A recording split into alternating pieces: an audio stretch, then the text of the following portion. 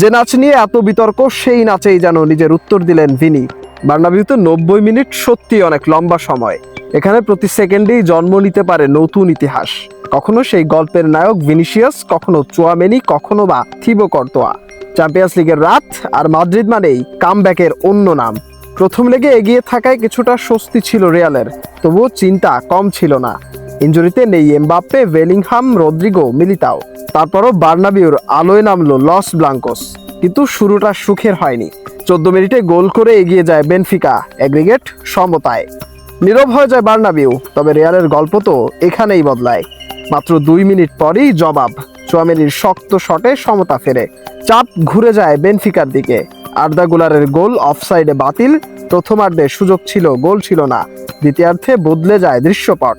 আক্রমণ পাল্টা আক্রমণ, গতি, উত্তেজনা, স্নায়ুচাপ। তারপর বার্নাবিউর রাতের আসল মুহূর্ত।